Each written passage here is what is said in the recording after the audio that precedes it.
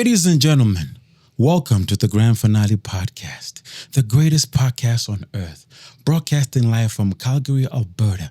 On this podcast, we speak without the fear of getting canceled. Ladies and gentlemen, today we have a special guest. Our guest is a stripper, aka a midnight ballerina. She's going to give us an unfiltered perspective regarding the money, the lifestyle, the misconceptions, the psychology behind stripping, and what it's like dealing with people from all walks of life. Ladies and gentlemen, so put your hands together for the sensational, inspirational, glamorous Makayla Moon. Hello. What's up, Miss Makayla? It's great to have you on the show. It's great to be here. Oh, yeah. Can you give us a brief intro about yourself? A little intro about myself. So I've been a midnight ballerina for many, many years, going on 10 years of doing sex work in general. Lots of good nights, lots of bad nights, lots of experience in the industry, and I've danced all over Canada, and a little bit in the US. Wow. So I have quite the diverse knowledge of the industry. Wow, I see you got the true blood factor going on. Yeah. You got them fangs. Yeah, I got fangs. They're veneers, so they don't come out. They are permanent. Whoa. So do you have like the ears to match the fangs look? No, I don't, but I do get a lot of people asking me to bite them. Wow. Like a lot of people, like all the time. Because I'm feeling like, look, if you're going to have the fangs, you got to have the ears so you look like a troll. I know, right? The pointed ears. Yeah. Yeah, I've thought about doing that, but it's like a very like invasive surgery type thing to get done. It's a hard body mod. You have to go to a vet to get that done, right? No, there's certain body modifications that do it, but it's like little surgery. Yeah. Hello, Miss Makayla Moon. Are you ready for the icebreaker? Yes. Brrr, okay. If your life became a Netflix series, what would be the title? Dazed and confused because I'm always just doing something random. My friends will message me and they'll be like, oh, what are you up to? And I'm like, oh, I'm in Calgary for this, or I'm doing this, or I'm in Kelowna, or I'm in Ontario, or I'm wherever at that moment. And so it's always confusing as to where I'll be and what I'll be doing. Oh, okay. That's great, though. Your life is very adventurous. If it was me, it would be surviving my choices, because I feel like my life is a mix of the movie Pineapple Express and the movie Hangover. Like, I should be in a straitjacket at this point in my life, but the big man upstairs, he's always looking out for me. Anyway, Miss Makayla, we're about to jump into the deep dive. The deep dive is where we hit 8 questions. We're going to test your brain. We're going to see what you're going to tell us about the sex work and how you succeed at sex work, and how you keep them haters at bay while doing your sex work. Are you ready for the deep dive? Okay, Miss Makayla, the first question. Brrr. Okay, what's the biggest lie people believe about strippers that you wish you could expose right now? Honestly, I would say that, like, I swear people think that, like, when our shift is over, we just, like, power down and go to sleep at the club and then wake up the next day and then start work all over again. But it's like, no, we are whole individuals with lives and like relationships and like whole dynamics. And like we have interests and hobbies outside of our job. So like people just think like our job is like everything to us. And it's like, no, it's just like you go to work, I go to work, and I come home. And Okay, but quick question. Let's say the strip club, you finish stripping around 1 a.m. Yeah. What can you do at that time, though, apart from party? you go home, you have dinner, you hang out with your pets, and you watch some TV and go to sleep. Okay, that's fair enough. I thought maybe you're gonna talk about going to for a drag race. I mean, or some hang out at girls the club. go and do like after party stuff, but it really depends on a lot of factors. Like a lot of the times, like one, we want to be paid if we're going to after parties. True that. If we're going with like customers or Nothing's clientele, for free. Exactly. So like, it just depends on where the money is, type thing. So if nobody's offering like, hey, come to the after hours for like this amount, then we're like, nah, Okay. I'm going home and having dinner. Let me chip it. Well, let's say if you get invited to the after hours, but the person's buying drinks, is that good enough for you? Depends on the girl. So for me personally, no. Oh. I'm not going to come just for drinks. I can buy myself drinks and I can have them at home butt ass naked. Like I don't have to be around people entertaining people. I can just like be by myself and have a drink if I need to. I don't need a man to buy me a drink. What? So like, yeah, a drink alone or buying me dinner or whatever is not enough incentive for me to like work. Wow. Because I thought maybe if you go to the club, maybe that's whereby you do some networking. You try to spread the gospel about what you do. You meet clients and, you try to recruit people to come to the strip club. I thought that's what you would do, but. Yes and no. So it depends on a lot of factors, actually. Because like, for me personally, like I'm constantly promoting like my OnlyFans, for example. So like talking to customers about like, oh, if you don't want to like go for a lap dance, here, subscribe to my OnlyFans. Like catch me online or something like that. Come see a live show or something. So basically you're saying that you'd rather stay home and do an OnlyFans live than go chill at the bar or at the club with some dudes who are going to buy you drinks and probably try to smash you afterwards. Yeah. Because those OnlyFans lives, I presume that they do pretty good, They do pretty good. They give you money, right? Yeah. Yeah, people tip. So technically you're working away from the strip club by doing what you love to do best. Yeah. Wow, that's the hustle, right? I mean, if you're going to masturbate, you might as well get paid for it. You've done that before? Yeah. I do camming, Oh, yeah, I did watch your OnlyFans. OnlyFans is pretty freaky, though. Yeah. Ooh, there's some hot stuff. Folks, go check out her OnlyFans. She's part of the 2% of all creators on OnlyFans, so her content is potent. Best believe. I've seen it, though. Okay, there's a lot of content on there. There's a lot of content. So moving on to the second question, Miss Makayla, you're doing well. Hey, folks, by the way, please subscribe, like, and share this content so we can send this podcast to the moon, folks. I like your energy, but you got to help me out, man, because we're working hard for you. Anyway, we're moving on to the second question. Are you ready, Miss Makayla? Yes. Okay. Since you said about networking is key in order to be successful in stripping, is stripping actually about dancing, or is it really a sales job where your body is the product? It's definitely a sales job where your body is the product. It's not so much about dancing anymore. It used to be like a lot more about like the shows and stuff like that and like what you could do on stage. But now like all the money is in the dances. You don't make as much money on stage anymore. So you make more money selling dances. So like if you can sell 5 dances, you're going to make more money than if you go on stage for 3 songs. Oh, really? So, yeah. Wow. When did this shift happen? I'd probably say right after COVID. Right after Because COVID, before right? COVID, like we used to make mad money on stage. Like I could go on stage and make like $400. So like it would be easy to like, and that's in like 15 minutes of time. Wow, so 415 minutes? Yeah, so like it's really easy. But after COVID, people have gotten a little bit like cheaper and like stingier with their money. And like I've definitely noticed like a downshift after COVID of like the clubs because they're not as busy. There's more women in the club now compared to more men. And then there's less tipping and less money going around. Okay. So that's interesting. So what do you think brings the women to the club instead of men? So women feel safe drinking at a strip club. Oh, yeah. Wow. Because there's bouncers everywhere. Pretty much any issue they have, they go to anyone and they're going to get taken care of. Yeah. But what's the difference between drinking at a strip club and drinking at a club for a woman? Aren't there still bouncers there? Depends. Some clubs don't have bouncers, right? Like all strip clubs have bouncers, but I don't know about like nightclubs. Not all of them have. Most do. As many, at least. Like the strip club, for example, Shade in Edmonton has like 6 or 7 on staff at any given time. Oh, that's deep then. Yeah. So like there's always like 3+ bouncers minimum in the building. Wow. Yeah. That is actually deep. I never thought about that. So, compared to like one guy supervising everything. So what makes more? So how is it that how much do you charge per private dance as compared to standing on stage? So per dance is $35 a song. Roughly, depending on what club you're at. It's different at different clubs. And that's about 3 minutes. 3 minutes. Yeah. What about on your stage? When you're on stage, it's kind of a gamble because like you go on stage and it depends on who's in the building. If somebody likes you and they want to tip you $50, cool, you made $50. But if nobody in the building likes what you're doing and nobody tips you, then you made $0. So you're basically like a stand-up comedian on a comedy night show. So whoever's in the crowd, if you crack like a whack joke and nobody responds and you look dumb, you look right? dumb, yeah. Oh, okay. So basically, if you're standing on the stage and you basically look, it's like basically a beggar on the street with a little... Kind of, it feels tip that cup, way. right? A little tip Please, cup. sir, can I have some more? Please, let me just show you more skin. Can you get some? Yeah, let me just do one trick for you. Okay. So let me just say, what happens if you're stripping at the strip club and some guy throws coins at you? So in Alberta, they allow that. Ooh. So in Alberta, we have the loony games. I know. Oh, it's an outdated practice. So you can't throw like nickels, dimes, quarters, but you can throw loonies and toonies in Alberta.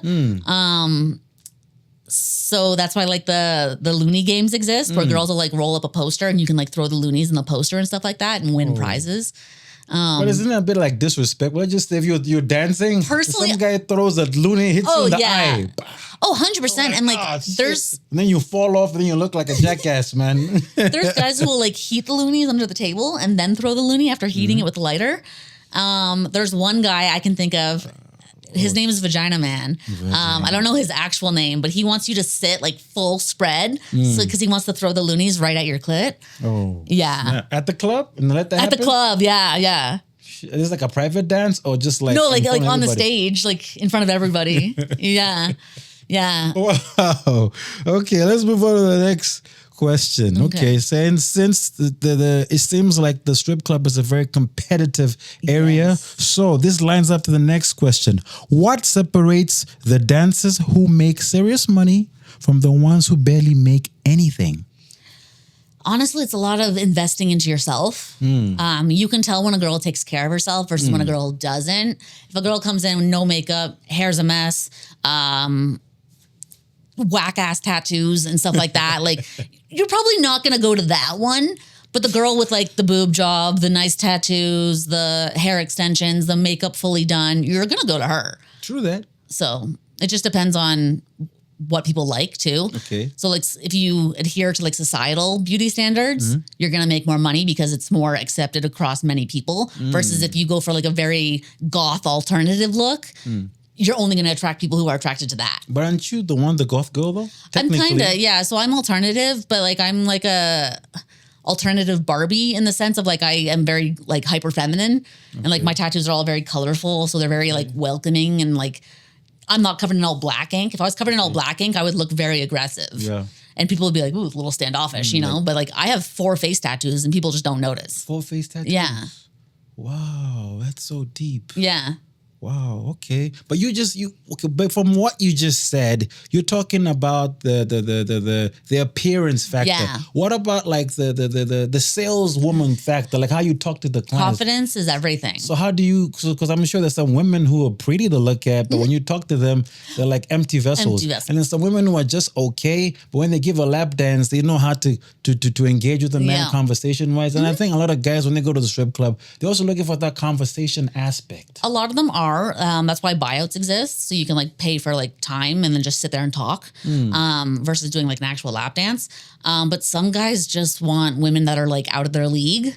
So like they just go for like somebody who's super hot. Like she's a 10, I'm gonna get a dance from her. Even though they could say no words to each other the entire dance and he'll be like, that was amazing.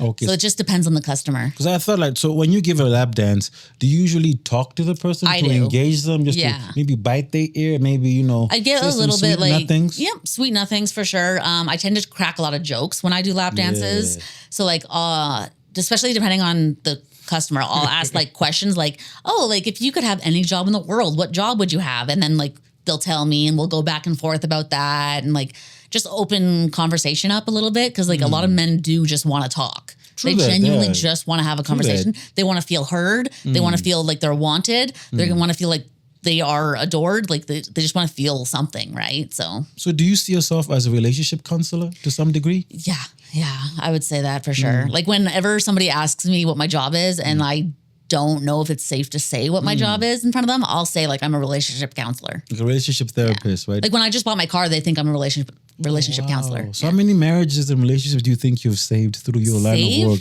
Ooh, I don't know. Maybe a couple, like at least 3 or 4, I would say. Wow. Just because like men will be like, yeah, like my wife hates me, blah, blah, blah, blah. I'm like, well, what'd you do? When was the last time you bought her flowers? When was the last time you took her on a date? Like, when was the last time you bought her chocolates, like something, like paid attention to her? Wow. You're deep like that, right? Yeah. We'll put it here, man. I love your energy, Pooh. You wild like that. It's a lot of oil field men, right? Yeah. So like they work away. So I'm like, send her flowers. And they steal a lot of men, right? They don't have a lot of men 24 hours. Yeah. So they don't think about they have that DSB, what I call the dangerous sperm buildup. Yeah. So they need to release it in case, you know, Shit goes wrong. Anyway, that was a very good answer, Yeah. folks. Please like, subscribe so we can share and send this content to the moon. This girl's she is just a maestro. She's just epic. We're gonna have an epic episode. Yeah. We're probably gonna have her back for another episode because she's just straight killing it. Okay, moving on to the next question. Okay, so you said your ability to crack jokes, it enables you to break the ice with your clients. It gives you that much needed edge in the strip club game. Okay, so after dealing with so many different personalities, can you tell within seconds what a man really wants? For the most part, like I can tell when a man's just talking to me because he thinks I'm hot versus when he's like actually into whatever I'm talking about. Especially because I have like ADHD and like all these things and stuff. So like I go on like rambles about the randomest things. So if somebody can like hyper focus on something with me and like get down and like talk about it with me, then it's like that automatic connection and it's just so much easier. So yeah, definitely breaking the ice helps. Breaking the ice helps. So what? So you basically you can tell within like 5 seconds what a man wants? Roughly, yeah. Like give or take, like not exactly what he wants, but I can tell when a guy's just talking to me because he wants whatever I look like. So how accurate is your spidey senses? I'd say probably like 85% accurate. Wow, Yeah. that's pretty deep. So you must be a very good high-ranking stripper. The fact that you rank 2% of all OnlyFans creators, that means that there's something good that you're doing, right? Yeah. You know how to fuck with someone's mind, right? You know how to get into them. You know how to mind fuck a guy, right? It's honestly, it's just be nice to them. Like it's so easy to like manipulate men because like you just be nice to them and they're like, oh, I'll give you anything you want. Wow, for real? Oh yeah. When did you discover this superpower as a lady? I discovered this young, probably actually. When I was probably like 17, 18. Okay. I probably figured it out that I could get what I want just for, batting some eyelashes and being nice and like, oh, you're so cute. Wow. And what's the most you've gotten out of a guy? So I went for lunch with a guy and he gave me $12,000 for my boob job. Whoa. You didn't let him smash? Nope. We just went for lunch. Just for lunch. Yeah. All you did was just give him time. An hour of my time. An hour of your time. Just listen to him and all that little pent up rage and all that little stress that he had. Yeah. You were just a therapist. Literally. So how many therapists do you think make $12,000 in 1 hour? Oh, not many. That was a good time. But like for the most part, they just want to be heard. They just want to be listened to. And like if you do it naked, they're more likely to pay more, right? So oh Lord. We call ourselves naked therapists a lot. We got a super freak here, folks. Oh, it's just too hot to handle, man. She's smashing all these questions, man. Oh Lord, okay. Ooh, you look like you're into the crazy stuff just by what you said and the way you look. No pun intended, but I'm just saying, okay, which leads on to the next question. What's the craziest thing a customer has ever done to get your attention at the club? Usually it's just money gets like the girl's attention. That's the best way to get a stripper's attention is money. Really? Especially if I'm on stage and you put like a $50 bill down. Ooh, I'm coming to you as soon as I get off stage and be like, hey, how you doing? You want to go for dance? You want to spend some time together? You want to get to know each other? Stuff like that. But I've had like the randomest things happen. Like I had one guy calling me, I was with another dancer, and she's black. So he was calling us cookies and cream. And we're just standing there oblivious. And he's just like yelling cookies and cream at us. And we're like, are you talking to us? Like what? Like that's coded message right there. 100%. You don't know your codes? Apparently not. I thought for you to be a successful pole dancer, you got to be street smart to some extent. Apparently not. It was also really loud in the club. So like, I didn't know he was talking to us originally. Wasn't he not looking at you? He was, but like, there's a lot of people looking at you, right? Cool. So like, you're making eye contact with people all over the place. You're basically like an animal at the zoo, right? Yeah, kind of. Oh, okay. Yeah. So finish your story, man. My bad. Oh, I forgot what I was saying.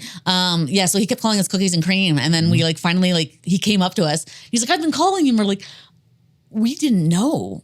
Like, it's okay. So yeah, random names. Okay. Money is the best way. I've had guys like jump on stage before to try and like get attention. Yeah. And how does that usually go? The bouncers take care of them real quick. So did they get kicked out the club? Yeah. Yeah, Are you allowed back in or the night's over? the night's over for them. Oh, yeah, snap. yeah. Because What in about if Alberta, they- you can't get on stage. What happened if they just wanted a hug? It's just like a concert. You know, sometimes at a concert, when your favorite artist is performing, some people just rush the stage. Oh, yeah.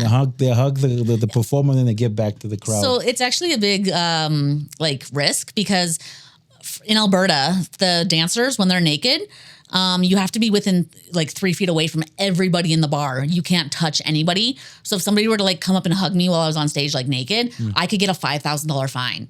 Okay, but if you're doing private dances, aren't you technically hugging this person?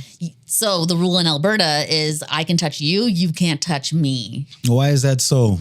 Well, Because back in the 70s, a political figure named Aubrey Jensen wanted strip clubs shut down. Government said no, so they created the 3-foot rule. So when we give lap dances, we're technically supposed to give air dances. We're not supposed to touch, but like we all do, because like who the fuck's selling an air dance? it's air dance. You're supposed to twerk on air. So basically, Yeah. you just So just like stand there hover and like twerk. Oh, Yeah. and that's what, $30, $35. Yeah, that's supposed to be apparently. So what happens if a guy touches you? So we usually give them a warning, say, hey, if you do it again, we have to end the dance. Okay. And then if they do it again, we end the dance. Really, you get a refund or nothing? Nope.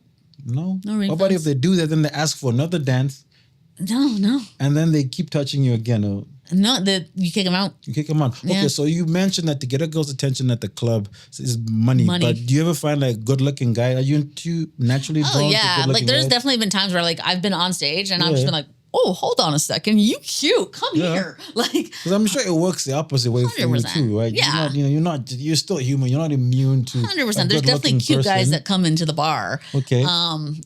The thing is, though, is like most men who go into the strip club are not the classiest of men. True. So, like, he could be a peeler pounder, which is always a risk. Like a guy who goes after strippers. Do you mean like feel like a stalker? No. Just like a guy who like serial dates strippers. Because he's like, oh, yeah, I've dated a stripper before, so I know what they're all like. And like, just thinks he knows the ins and outs of the industry because he dated a stripper once. Oh, that's an anticlimax. Right? Yeah. That's like what you should not say to a stripper, right? Yeah, 100%. The second I hear that you've dated a stripper before, I'm uninterested. So basically, you're trying to tell me like most of the guys at the strip clubs are simps.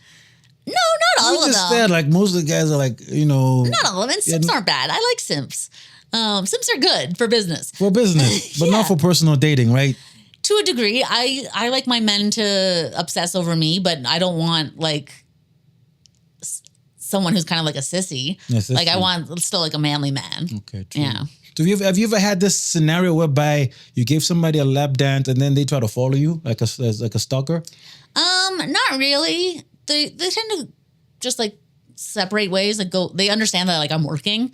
I'm Okay. very like professional in that aspect where I like my boundaries are firm. I will not go home with you. I will not give you my personal number, but you can follow me on Instagram. You can follow me on Snapchat, Twitter, whatever. I have business cards, so I just hand those out half the time. Oh, okay. Yeah. But I'm just saying, don't you, since you do this line of sex, you're in the line of sex work, aren't you afraid about attracting creeps? Because, I mean, yeah, there's definitely is creeps. And I've had it where like my car has been, had notes left on it being like, oh, I want you to peg me, blah, blah, blah, blah, blah. Lord. And it's just like, who the hell put this on my car? Like, oh, you ain't gangster? You put your fist up? yeah. Like, oh shit. You ready to be like a Dracula? A vampire? Yeah, Dracula. I've had it before when I was working. I was in the clubs for a little bit, and then I got like a civilian job for a little bit. Okay. And I had it where somebody called the store that I was working at just over and over and over and over again, just harassing me. So like it definitely creeps are an issue, but you kind of learn how to handle them. Wow. Yeah. Okay, so that leads to my next question. What's the biggest red flag you've seen in a customer that immediately made you think, oh, I'm staying away from this person? Oh, that's easy. So like Okay, take it away. I had it one time where a guy walked up to me and he's like, you look like my granddaughter. Can we go for a dance? Whoa. No, no, we can't. That sounds like some Epstein shit. Yeah. No. Little bit of incest going on there. I was like, you want to see your granddaughter naked? Like what? Keeping it in the family, right? Yeah. Like I've had that said to me. Was he like a hillbilly guy? Oh yeah. Yeah. Well, He was hillbilly. Yeah. He was From the definitely country, like a right? farmer. Yeah. Small town. On cows and young girls. That's Yeah, always been yeah. around, right? His family members and cows and cattle, right? Yeah. So how did you de-escalate that situation? Break it down. So one thing that strippers always do, and I'm going to give a little intel here, is if a girl doesn't want to do a dance with you, she'll be, oh, I'll be right back. I just need to run to the change room. No, we're not coming back. We're not coming back. You heard it first. You heard it from her. No I just games, need to run to no the bathroom gimmicks. real quick. I'm not coming back. I'm not. You know what happens if you come back and the guy you find like, hey, I've been waiting for you. Where my So sometimes dance that at? happens, and then it's like, shit, now I have to do it. So like sometimes you get stuck doing those dances, and you just power through it. Just have to. Yeah, you just suck it up and you get through it. Get out, right? You shake some ass and hope for the best. Hope they don't say anything else creepy. But yeah. So this guy who referenced you or referred to you as his granddaughter, how did it go? So with him, I told him that I needed to go to the change room because I was on stage soon. So I was able to get out of it, thankfully. And then I went on stage and he had left by the time I got off stage. Okay. So I evaded that one, thankfully. But yeah. What was he thinking though? Like, I don't know. I don't know. Sometimes you gotta run the game in your head before you kick it, right? I swear some people don't. Like they just say what's on their mind. I guess he thought maybe like you're a stripper, like you're just a dirtbag, you know? You just fall for anything, right? Yeah, some guys definitely think that we're like the bottom of the barrel. Because I actually think like it's harder to try to hit on a stripper than a regular girl at the club. Oh yeah. It's very hard. Oh yeah. Very, very, very hard. Yeah, because the standards are higher. But I know strippers usually fold when you got money, right? If you got money, it's the hell like I stayed downtown, I got a loft, I got some, I got some Hennessy, I got some nose candy, I got all the good stuff you wanna do. If you wanna hang out after work, meet me at my spot. Yeah. That could work. But just for most guys that don't have that, it's very difficult to hit on strippers, man. Yeah.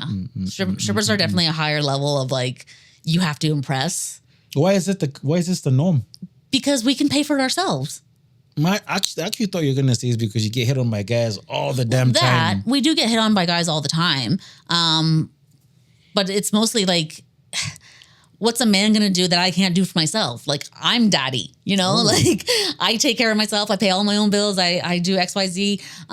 But what happened to that Moulin Rouge line? Why spend mine when I can spend yours? 100%. The problem is most men are not generous like they used to be. Wow, break it down. Yeah, like a lot of men want to go 50-50 and a stripper's not about to go 50-50. No, that's wrong. You can't do that. Exactly, right? So like if you're a 50-50 man, you're already not impressing a stripper. Okay, so if a guy goes 100% with the stripper, is he in for a reward? Is he going to get a treat? Yeah, I mean, it depends too because they have to also be emotionally mature enough to handle dating a stripper, knowing that she works 5-6 days a week and she's gone till 2:00 in the morning. Like you have to be able to handle that lifestyle. She sleeps till noon. Like probably hangs out with different men. Yeah, depending on she goes where the money goes, right? So like if a guy offers her $3,000 to spend the night, she's gonna do it. Type thing. Exactly. So it's like you have to always be ready for like the money comes first. I'm in love with the stripper. Yeah. Okay, you're doing well, Miss Makayla. Folks, could you please like, subscribe, share this content so we can send this podcast to someone. This is a very epic episode.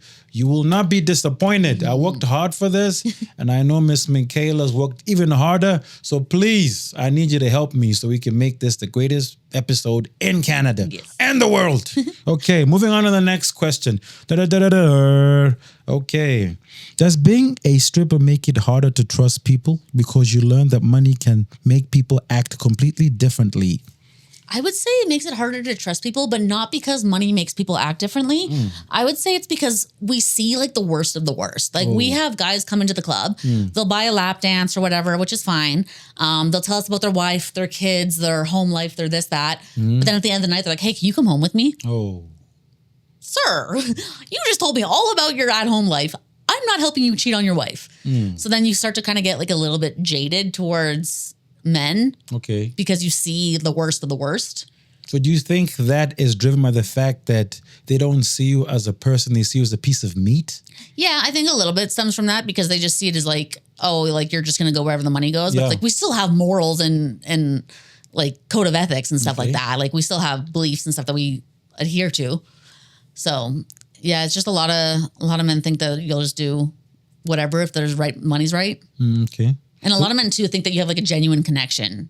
So you're like, I'm a persona right now. Like when I'm at the strip club, like I I don't have a bad day ever. I've never had a bad day. What are you talking about? Like everything is peachy keen all the time. So like you're upbeat, you're positive, you're enlightening to be around. Like it's a whole different persona than if you're like just sitting at home on the couch. So basically, it's just like any regular job. You just have to go in there and so you just like when you go into work, you're just a regular person. Yeah. When you step into work, you transform into superwoman. Yeah, pretty much, yeah. And like part of your job requires you to be manipulative, right? A little bit, yeah. No, a little bit. That's a lot. Come on, don't lie to me. I try not to be. I don't like a lot of girls will like lie about like what happens in the lap dance just to sell the lap dance. Whereas like a guy's like, oh, like if we do a lap dance, will you kiss me? I'm like, no, no, sorry. Like I'm very honest and very blunt about it. Okay, but you guys have options in the little private room whereby if you can let someone smash in the private room? No. It doesn't work like that. No, not at the clubs here. Really? Yeah. Because I thought maybe it's a closed door room, no one knows. So it depends on the club. Sometimes there's like a hallway in throughout the VIP room, and sometimes the VIP room's like open. So I'm thinking of like, for example, Diamonds in Grand Prairie, which I think is called Showgirls now. They have like it's just like a big room like this with like divided chairs in it. So like you can all see everybody. So basically, it's like a changing room. You know how the changing rooms are? They have those little curtains. Yeah. Little cubicles with curtains on them. Yeah, pretty much. So you can pretty much same concept. Yeah. So can you get with a chair? So can you get fired if someone discovers that you're doing extras? Yeah. You're doing the most. Yeah. Wow. Yeah. For real? Mm-hmm. Oh, wow. That's very deep though, man. Okay, folks. Almost hitting the end of the show.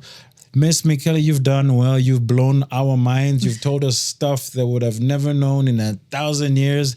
And you did it all for free, folks. This is a champion, folks. This is one of the best, coolest, down-to-earth strippers. If you need her, hit her up. She's down to earth, but come correct, right? Otherwise, she got the fangs, so she does bite, man. Anyway, Miss Makayla, are you ready for the grand finale question? Yes. Okay.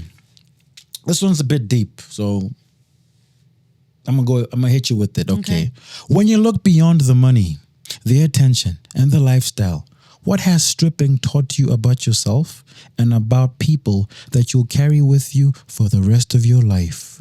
So something that it's taught me about myself is that I have a good work ethic. The thing with sex work of any kind is you have to be very self-efficient. You have to like push yourself. You have to manage yourself. You are your own boss.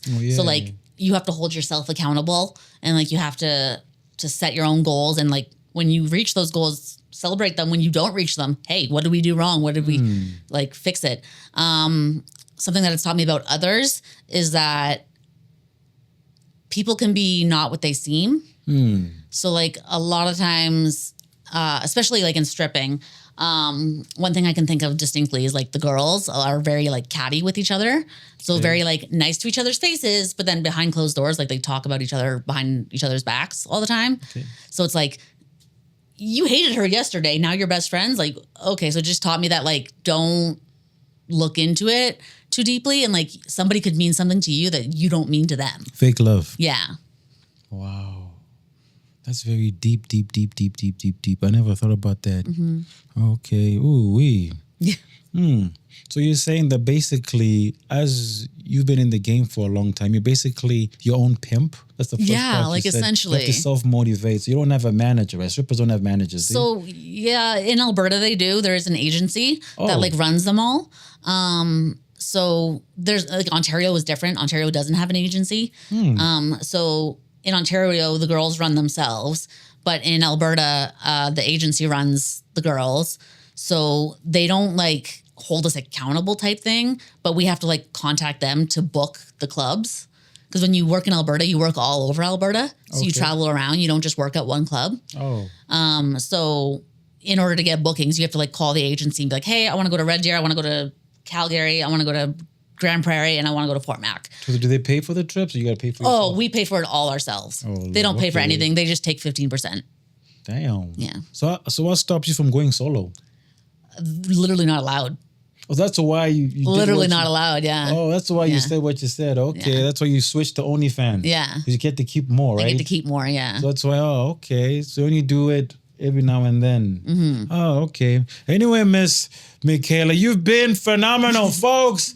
We reached the end of the deep dive. Now we're going to the last segment of the show, which is a wise quote. On this show, folks, we like to entertain you. We like to give you knowledge. And we also like to leave you a little bit wiser. Because the world is harsh and we all need wisdom. So here's a nugget of wisdom for you, Miss Makayla. Okay, hope you can knock this one out, and I'm sure you will. You miss 100% of the shots you don't take. Wayne Gretzky. What does that mean to you? It means that like if you don't put yourself out there, you're not gonna get any opportunity. Like especially like with performing, even like because I do performances at like festivals and stuff like that, and like expos and stuff like that. I have to apply to them. They're not reaching out to me. True like that. I have to like submit my tapes and submit my performances and like get seen. Nobody is doing it for you. Wow, that's deep though, man. You're just a gift that keeps giving, folks. But anyway, Miss Makayla, let's not take up too much of your time. So this is the shout out section. So if people want to find you, Miss Makayla, how do they get a hold of you? MakaylaMoon.com. It has everything. Or if you just Google Makayla Moon, all my links pop up.